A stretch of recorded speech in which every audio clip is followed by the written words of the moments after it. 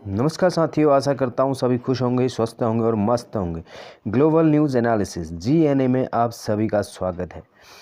साथियों, जितना हमें लगता है कि हम अपनी पृथ्वी के बारे में बहुत कुछ जान चुके हैं या फिर बहुत सी इन्फॉर्मेशन हमने प्राप्त कर ली है, तभी कोई न कोई ऐसी डिस्कवरी सामने आ जाती है जो यह बता देती है कि अभी पृथ्वी के बारे में जानने के लिए बहुत कुछ बचा हुआ है। आज मैं आपके सामने एक ऐसी ही पृथ्वी के इंटीरियर से संबंधित डिस्कवरी को लेकर चर्चा के लिए उपस्थित हुआ हूं। तो साथियों, जानिए नई डिस्कवरी क्या है, कहां पर है और इसका पृथ्वी को समझने में कैसे प्रभाव पड़ेगा। इस सब को जानने के लिए सेशन पे बने रहिए। लाइक, शेयर और सब्सक्राइब जरूर कीजिए। साथियों, नई डिस्कवरी पृथ्वी की आंतरिक संरचना से संबंधित है। बताया जा रहा है कि पृथ्वी की आंतरिक संरचना में एक नई लेयर और खोज ली गई है। इस सब को समझने से पहले हम पृथ्वी की उस संरचना को समझते हैं जो हमने अभी तक पढ़ी हुई है या अभी तक जो किताबों में या अन्य सोर्सेस में हमें मिलती है। साथियों, पृथ्वी की संरचना को समझने के लिए हम ग्लोब का उपयोग करते हैं, जिसे आप सभी जानते हैं कि ग्लोब क्या है। एक्चुअली जो ग्लोब है उसमें आप देखते हैं कि वो अंदर से खोखला होता है, लेकिन हमारी पृथ्वी अंदर से खोखली नहीं बल्कि सॉलिड है। इसके अंदर बहुत सारा मटेरियल भरा रहता है और इसके अंदर जो अभी तक की रिसर्च है वो बताती है कि 4 लेयर्स हैं। इन लेयर्स के नाम है क्रस्ट, मेंटल, आउटर कोर और इनर कोर।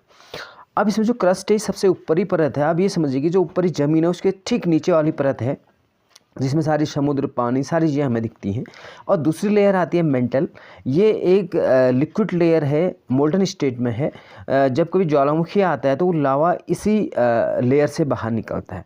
इसके बाद की लेयर है जिसको हम बोलते हैं आउटर कोर, और उसके बाद है इनर कोर। एक्चुअली स्टार्टिंग में केवल एक ही लेयर बताई जाती थी जिसको कोर हम बोलते थे, लेकिन बाद में ये डिस्कवरी हुई कि कोर भी 2 पार्ट्स में डिवाइड है, inner core and outer core.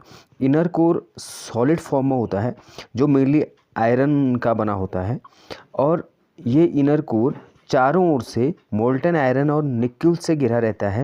Outer core कहा जाता है। आंतरिक संरचना से संबंधित नई रिसर्च को डिस्कस करने के लिए आपका ध्यान स्क्रीन पर कुछ न्यूज़पेपर्स क्यों ले जा रहा हूँ। न्यूज़.com लिखती है, scientist discover the earth has a new core. Washington post के अनुसार scientist have discovered a new core at the centre of earth. कहने का मतलब है कि पृथ्वी के केंद्र पर एक नई कोर खोज ली गई है। ऑस्ट्रेलियन नेशनल यूनिवर्सिटी ANU के वैज्ञानिकों ने पृथ्वी के आंतरिक कोर के अंदर एक ठोस धातु की गेंदनुमा संरचना होने की बात कही है, जिसे इनर मोस्ट कोर कहा जा रहा है, और नेचर कम्युनिकेशन में इस खबर को प्रकाशित किया गया है। वास्तव में वैज्ञानिकों ने इस इनरमोस्ट कोर की परिकल्पना 20 साल पहले की थी, और 20 साल की कड़ी मेहनत के बाद, एनालिसिस के बाद अब इस कोर के एग्जिस्टेंस की बात कही जा रही है। एक्चुअली अब जो पृथ्वी की आंतरिक संरचना है उसमें परिवर्तन हो चुका है, और अब 4 की जगह टोटल 5 लेयर्स अर्थ की संरचना में है। Crust, mental, outer core, inner core और इनरमोस्ट कोर।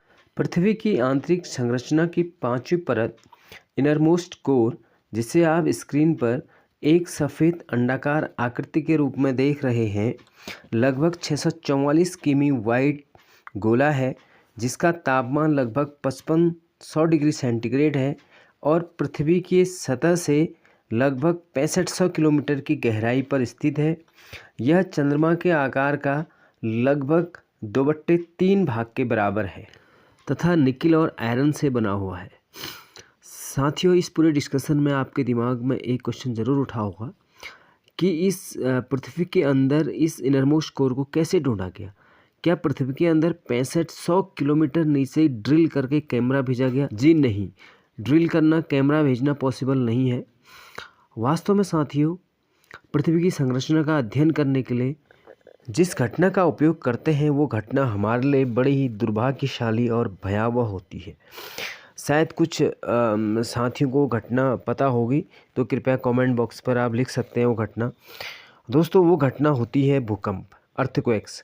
हाँ, अर्थक्वेक या भूकंप के द्वारा ही हम पृथ्वी की संरचना की जानकारी प्राप्त करते हैं। एक्चुअली जब अर्थक्वेक आते हैं, भूकंप आते हैं, तो उसमें जो वेव्स निकलती हैं उन वेव्स का विश्लेषण करके ही हम अर्थ की संरचना के बारे में पता करते हैं। जो वेव्स निकलती हैं उन्हें सेस्मिक वेव्स कहा जाता है। ये सामान्यतः दो प्रकार की होती हैं, बॉडी वेव्स और सरफेस वेव्स। सरफेस वेव्स वो वेव्स होती हैं जो अर्थ की सरफेस पर ट्रैवल करती हैं। ये फिर टू कैटेगरी में डिवाइड होती हैं, रे वेव्स और लव वेव्स। दूसरी टाइप की वेव्स होती हैं बॉडी वेव्स, जो पृथ्वी की आंतरिक सतह पर मूव करती हैं। ये फिर दो पार्ट्स में डिवाइड होती हैं, पी वेव्स अर्थात प्राइमरी वेव्स और एस वेव्स अर्थात सेकेंडरी वेव्स।